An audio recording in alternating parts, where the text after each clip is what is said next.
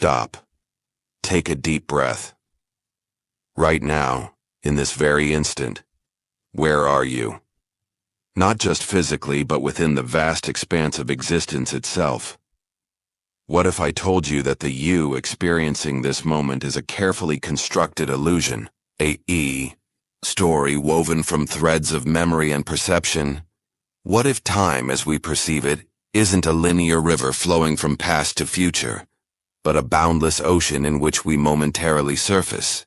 We cling to the idea of a stable self, a continuous identity that persists through time. But what if that self is a phantom, a flickering mirage in the desert of reality? This isn't just abstract philosophical musing. It's a journey into the 8C heart of what it means to be human. Today we're going to dismantle the clockwork universe, shatter the mirror of self, and explore the profound implications of a timeless existence. This journey will challenge your deepest assumptions about who you are, where you've been, and where you're going. Are you ready to question the very nature of your being?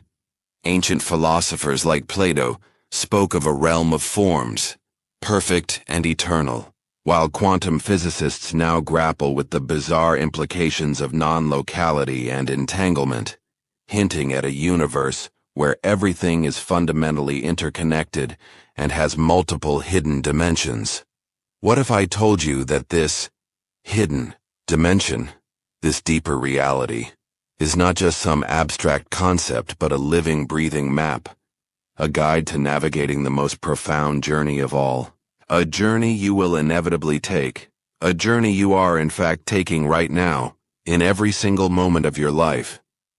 We're talking about death, of course, but not in the way our culture typically frames it, as a grim ending, a terrifying void, the ultimate full stop. Instead, we're going to explore the radical idea that death is a transition, a metamorphosis of consciousness, a gateway to unimaginable possibilities. And to do that, we're going to delve into an ancient text, a sacred guide that has captivated and challenged minds for over 1,000 years, the Tibetan Book of the Dead, or Bardo Thodol. Now I know what you might be thinking. Ancient wisdom? Mystical mumbo-jumbo? Not for me. But I urge you to keep an open mind. Because what we're about to uncover isn't just about what happens when we die. It's about how to live more authentically, more courageously, and with a deeper appreciation for the preciousness of every breath. This isn't just an intellectual exercise for me. This is a journey that has profoundly shaped my own life, and I'm incredibly excited to share it with you. So are you ready to embark on this adventure? Are you willing to question everything you think you know about life, death, and the very nature of reality? Because trust me, what we're about to discover is going to be wild, mind-bending, and ultimately, deeply, profoundly liberating. Let's begin. The first door we encounter is the Chikai Bardo, the moment of death itself. But forget the dramatic Hollywood depictions, the flashing lights, the tunnel vision, the angelic choir. Instead, imagine it as a sudden, overwhelming sense of clarity, a stripping away of all the illusions, distractions, and mental chatter that normally cloud our perception. It's like a jolt of pure awareness, an awakening from a long and intricate dream. Think of it like finally taking off a pair of heavily tinted, scratched-up glasses you've been wearing your entire life. For the first time, the world appears in sharp, breathtaking detail, and you see yourself with an equally startling clarity. Plato's allegory of the cave comes to mind here. We've been living in a world of shadows, mistaking appearances for reality. The Chikai Bardo is the moment we step out into the sunlight of truth and perceive the true forms of things. The Tibetan texts describe this initial experience as the encounter with the clear light, the fundamental nature of mind, pure, luminous, and unconditioned. It's the source of all awareness, the ground of being from which all phenomena arise. And here's the radical idea, the ultimate gamble.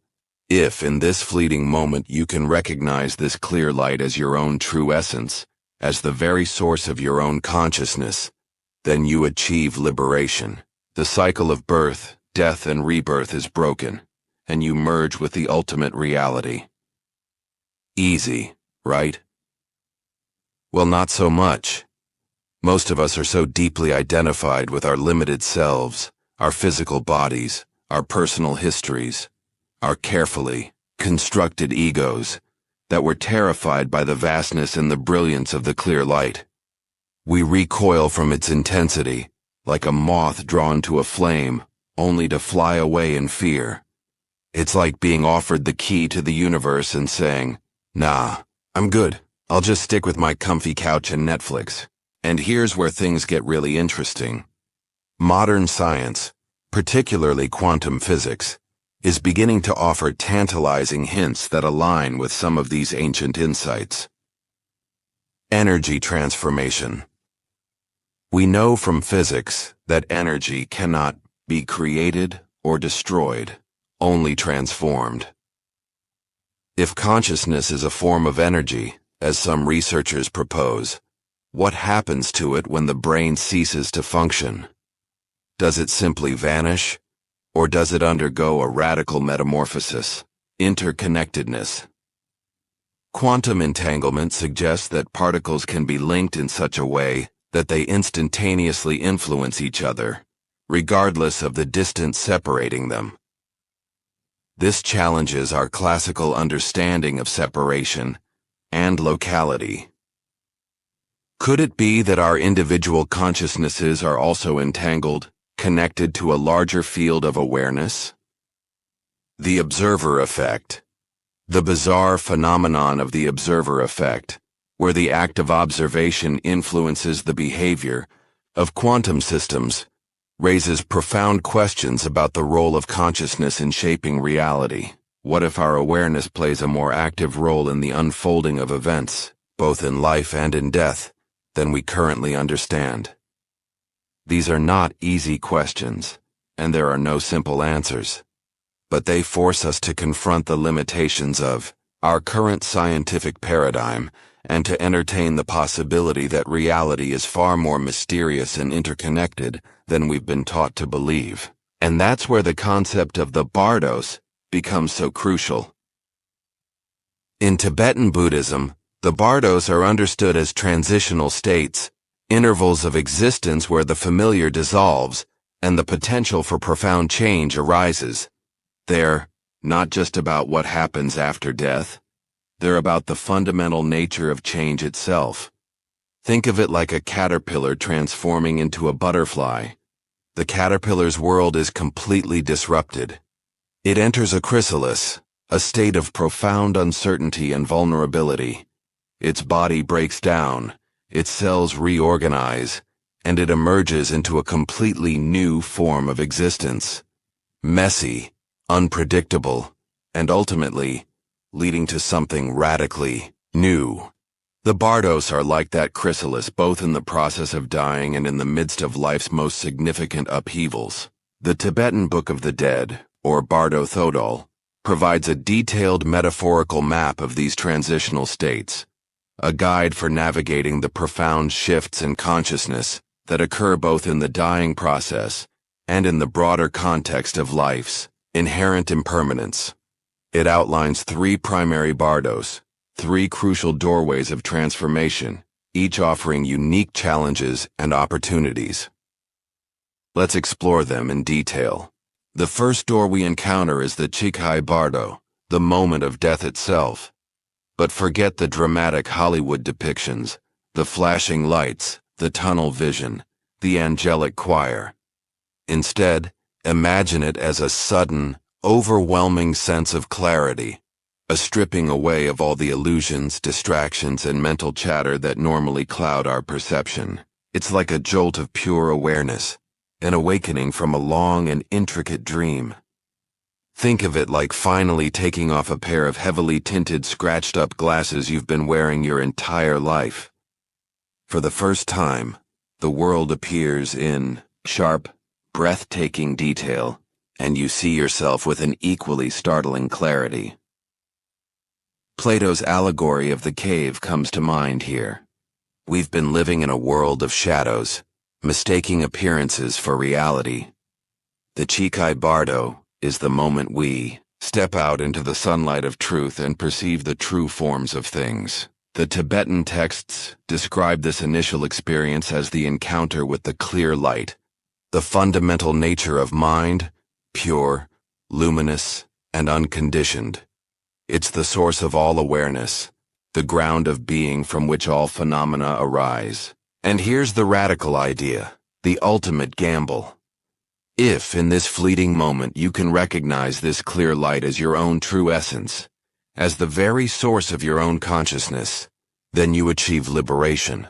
The cycle of birth, death, and rebirth is broken, and you merge with the ultimate reality. Easy, right? Well, not so much. Most of us are so deeply identified with our limited selves, our physical bodies, our personal histories, our carefully constructed egos, that we're terrified by the vastness and the brilliance of the clear light. We recoil from its intensity like a moth drawn to a flame, only to fly away in fear.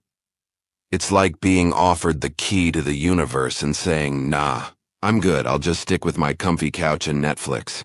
If we fail to grasp the clear light, if we hesitate, if we cling to our old identities and the familiar comforts of our individual existence, we step through the second door, the Chonyid Bardo, the Bardo of visions. And this is where the journey becomes truly surreal, a psychedelic exploration of the inner landscape, an encounter with the raw, unfiltered power of the human psyche. Imagine a divine theater, a cosmic circus, a swirling kaleidoscope of gods and demons, angels and monsters, all vying for your attention in a breathtaking and often terrifying dance. You see radiant beings of unimaginable beauty, emanating peace, compassion, and boundless wisdom, their presence filling you with awe and wonder. And then, in stark contrast, you encounter wrathful deities, fierce and powerful, with faces of fire and fury, wielding weapons and displaying terrifying power, their energy both repelling and strangely alluring. Carl Jung's concept of archetypes, those universal inherited patterns of thought and behavior that reside in the collective unconscious, becomes incredibly relevant here. These figures, though seemingly external, are not separate entities. They are profound projections of your own subconscious, amplified to cosmic proportions. They represent the various aspects of yourself, both light and shadow, that you've embraced, or repressed, integrated, or denied throughout your life. Think of it like this. That nagging inner critic, the voice that constantly whispers doubts and insecurities in your ear. In the Chonyid Bardo, it might manifest as a wrathful deity with 1,000 accusing eyes, its power magnified 1,000,000-fold. That deep well of compassion you sometimes feel for others, that urge to help and alleviate suffering. It might appear as a radiant bodhisattva, a being of boundless love and wisdom, showering you with warmth and acceptance. The central challenge in this bardo is to recognize these beings, both peaceful and wrathful, as reflections of yourself, as aspects of your own being that you've encountered in countless forms throughout your life. It's about integrating your shadow, embracing the full spectrum of your humanity, and accepting the totality of who you are, both the beautiful and the terrifying. If we fail to recognize the clear light, if we hesitate in the face of our own inner demons, if we cling to our old identities and resist the transformative power of the Chonyid Bardo, we eventually arrive at the third door, the Sidpa Bardo, the Bardo of rebirth. This is where the consequences of our actions, the accumulated energy of our choices, the sum total of our intentions, our karma, becomes the primary architect of our next existence, our next manifestation, whatever form that may take. Imagine your consciousness as a powerful magnet, stripped bare of its physical form, drawn inexorably to the life, the circumstances, the experiences that most closely resonate with its accumulated energy, its dominant vibrational frequency. In a way, this echoes the concept of the law of attraction, although it's crucial to understand that karma is not about divine reward or punishment, but about the fundamental law of cause and effect operating on a cosmic scale. This Bardo raises profound questions about free will and determinism. Are we truly free to choose our destiny, or are we simply puppets of our past actions, bound by the chains of karma? Tibetan Buddhism offers a nuanced perspective, suggesting that while our past actions create tendencies and predispositions, there's always a glimmer of choice, a sliver of awareness that can influence the unfolding of events. The Tibetan texts describe karmic imprints, the subtle grooves etched into the fabric of our consciousness by every action, thought, and intention. These imprints act like invisible threads, pulling us towards certain experiences, shaping our perceptions, and influencing our choices. It's like a record player. The grooves on the record dictate the music that's played, but you still have the agency to choose which record to put on the turntable. Now let's bring this ancient wisdom into the 21st century. Let's explore how the profound teachings of the Tibetan Book of the Dead, this map of the afterlife, can become a practical guide for navigating the challenges and opportunities of our daily lives. Because the truth is, the Bardos aren't just something we experience after we die. They are inherent in the very fabric of our existence, playing out in every moment, every transition, every change we undergo. Think about the major upheavals in your own life. Getting laid off from a job you've held for years, ending a long-term relationship, moving to a new city where you know no one, experiencing the death of a loved one, or even undergoing a significant health crisis. These are all profound experiences of loss and transformation, moments when our old reality crumbles, our sense of self is shaken, and we're thrust into a period of uncertainty and disorientation. These are, without a doubt, Bardos. The Greek philosopher Heraclitus, with his famous dictum, "No man ever steps in the same river twice," recognized the fundamental truth of impermanence. He saw the universe not as a static entity, but as a dynamic process, a continuous flow of becoming and unbecoming. This process philosophy resonates deeply with the Bardo concept, reminding us that existence is not a fixed destination, but an ever-evolving journey. But the Bardos aren't limited to the grand, dramatic events of life. They're present in the subtle shifts and transitions we experience every day. Waking up from a vivid dream is a mini-death of the dream world, a transition from the realm of imagination to the realm of waking consciousness. Falling asleep is a mini-death of our conscious control, a surrender to the unconscious. Every breath is a tiny cycle of death and rebirth, an inhalation and exhalation, a contraction and expansion. Even the changing seasons, the rising and setting of the sun, the ebb and flow of tides, these are all examples of the Bardo principle in action. I've found that recognizing this cyclical nature of existence has helped me to embrace change with more grace and less resistance. So, how can we use the wisdom of the Bardo Thodol, this ancient map of the afterlife, to navigate the often turbulent waters of our daily lives? Here are some practical tools, distilled from Tibetan Buddhist practice and refined by modern psychological insights that can help us cultivate resilience, awareness, and inner peace. Meditation and mindfulness are not about emptying your mind or achieving some blissful state of detachment from the world. They are powerful techniques for training your attention, developing the capacity to observe your thoughts, emotions, and sensations without judgment, without getting swept away by them. Modern neuroscience has shown that regular mindfulness practice can actually rewire the brain, strengthening the areas associated with attention, emotional regulation, and self-awareness. In the Bardos of life, when we're facing uncertainty, loss, or profound change, mindfulness acts as a stabilizing anchor, preventing us from being tossed about by the waves of fear, grief, or anger. It allows us to recognize the impermanence of our feelings, to see them as passing clouds in the sky of our awareness, rather than as fixed and overwhelming realities.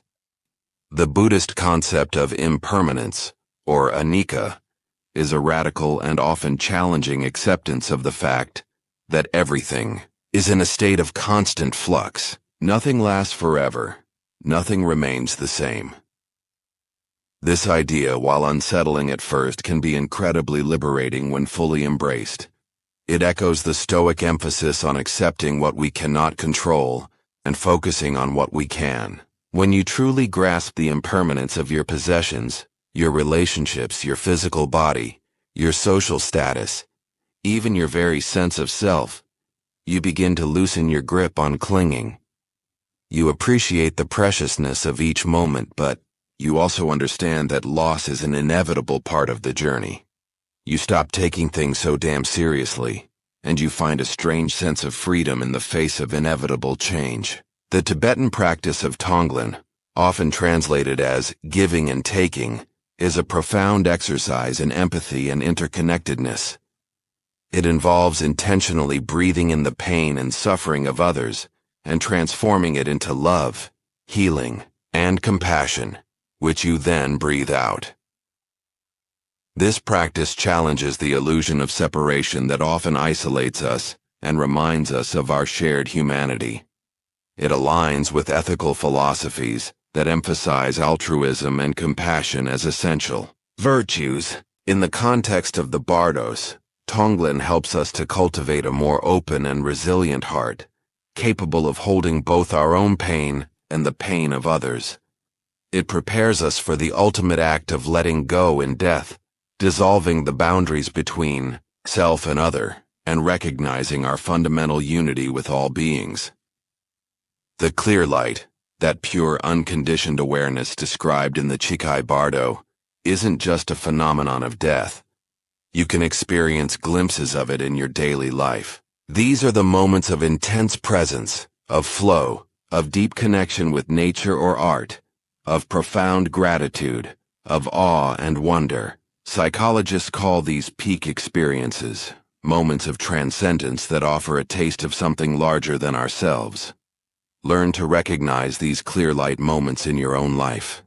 Cultivate them through meditation, creative expression, spending time in nature, or engaging in activities that bring you a sense of joy and purpose. They are the compass pointing you towards your true potential, the reminders that you are more than just a collection of thoughts and emotions, that you are connected to something vast and timeless. Now let's take a leap into the realm of speculation, where ancient spiritual wisdom and cutting-edge scientific inquiry begin to converge. What if the Tibetan Book of the Dead, while couched in metaphorical language and spiritual symbolism, is actually pointing to something profound about the fundamental nature of reality?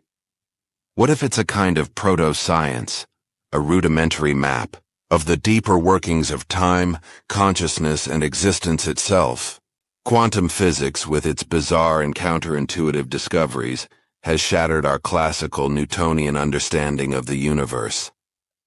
Phenomena like non-locality, where particles appear to communicate instantaneously across vast distances, entanglement, where particles remain linked regardless of separation, and the observer effect, where the act of observation influences the behavior of quantum systems, challenge our most basic assumptions about space, time, and causality. These findings suggest a universe that is far more interconnected, participatory, and fluid than we ever imagined. This resonates with ancient philosophical traditions that posited a fundamental unity underlying the apparent multiplicity of the world. Philosophers like George Berkeley, who advocated for idealism, the view that reality is fundamentally mental, and mystics across cultures who spoke of a ground of being, or a universal consciousness from which all things arise, were essentially exploring similar territory. What if consciousness is not merely a byproduct of brain activity, but a primary and fundamental aspect of the universe itself? Emerging fields like quantum biology, which investigates the role of quantum phenomena in biological processes, are further blurring the lines between the physical and the non-physical. Some researchers are exploring the possibility that quantum coherence, a state of interconnectedness and order, plays a crucial role in the functioning of the brain and the emergence of consciousness. What if the clear light described in the Tibetan Book of the Dead is a metaphorical representation of this quantum interconnectedness, a glimpse into the fundamental field of awareness that permeates the universe? Okay, I know, this is getting pretty out there, venturing into the realms of theoretical physics and esoteric philosophy. But bear with me, because the point is not to prove or disprove anything, but to open our minds to the possibility that the ancients, in their own way, were grappling with the same profound questions that continue to puzzle us today. They may have used different language, different metaphors, and different frameworks, but their insights might resonate with the most cutting-edge discoveries of modern science, offering new perspectives on the nature of reality and our place within it. The holographic principle, a mind-bending concept in theoretical physics, proposes that all the information contained within a volume of space can be encoded on its two-dimensional boundary, like a hologram. This implies that our three-dimensional reality might be a projection, a carefully constructed illusion generated from a surface we cannot perceive. This concept has eerie parallels with the Hindu concept of Maya, the veil of illusion that obscures the true nature of reality, and with various mystical traditions that emphasize the illusory nature of the material world. What if death, as described in the Tibetan Book of the Dead, is a process of stepping behind the screen, becoming aware of the underlying code, the fundamental information that governs our existence? And then there are the multiverse theories in cosmology, which propose the existence of parallel universes, branching timelines, and infinite possibilities. While highly speculative, these theories raise fascinating questions about the nature of time, space, and identity. What if the Bardos are not just internal states of consciousness, but transitions between different dimensions of existence, different realities within a vast and interconnected multiverse? These are undeniably wild and speculative ideas, pushing the boundaries of our current scientific understanding, but they serve a crucial purpose. They force us to confront the limitations of our conventional worldview and to entertain the possibility that reality is far more complex, mysterious, and awe-inspiring than we ever dared to imagine. They remind us that the pursuit of truth is an ongoing journey, a continuous exploration of the unknown, and that the answers we seek may lie at the intersection of ancient wisdom and the most radical frontiers of modern science. So let's bring it all back to you, to the practical implications of this exploration. What's the ultimate takeaway from this deep dive into the Tibetan Book of the Dead, this attempt to bridge the ancient wisdom of the East with the cutting-edge inquiries of the West? It's not about converting to Buddhism or adopting a new set of beliefs. It's not about escaping reality or denying the validity of scientific inquiry. It's about embracing a more expansive, courageous, and deeply meaningful way of living. It's about recognizing that death isn't the enemy, but a powerful teacher, a catalyst for transformation, a reminder of the preciousness and fleeting nature of every moment. I remember a time in my life when I was paralyzed by fear of change. I clung to the familiar, even when it was making me miserable, because the unknown seemed too terrifying to face. But then I began to study these ideas, to meditate on impermanence, to explore the wisdom of the Bardo Thodol, and something profound shifted within me. I started to see life not as a linear, predictable path, but as a series of dynamic transitions, a continuous cycle of endings and beginnings, each offering a chance for growth and renewal. I began to view challenges not as obstacles, but as opportunities for transformation, and I discovered a newfound sense of resilience and inner peace. And that's the invitation I extend to you today. Embrace the Bardo journey of your own life. Step into the unknown with curiosity and courage, knowing that even in the midst of uncertainty and loss, there is the potential for profound growth and self-discovery. Cultivate mindfulness, compassion, and a deep appreciation for the preciousness of each breath, for the fleeting beauty of every moment. Because the truth is, we don't need to wait until death to experience liberation, to connect with our true nature, to tap into the infinite potential of consciousness. We can find it here, in this very breath, in this very now, if we are willing to let go of our clinging to the past and our fear of the future. Now, I want to hear from you. What's one small step you're going to take this week to live with more awareness and intention? What's one fear you're going to face, one dream you're going to pursue, one act of kindness you're going to perform, inspired by the wisdom we've explored today? Share your commitment in the comments below. Let's create a community of support and encouragement, a collective of souls daring to live more fully. And if you're ready to explore more mind-bending ideas, to dive deeper into the mysteries of consciousness and reality, to challenge your assumptions and expand your understanding of what it means to be human, then I wholeheartedly invite you to hit that subscribe button. Because here under your channel name, we're building a community of fearless explorers, of seekers of truth, of people who aren't afraid to ask the big questions and to embrace the awe-inspiring wonder of existence. So thank you from the bottom of my heart for joining me on this incredible journey. Remember, you are more powerful, more resilient, and more deeply connected to the universe than you ever imagined. Live boldly, my friends, and keep shining your light, because the world needs your unique perspective, your authentic voice, and your unwavering courage.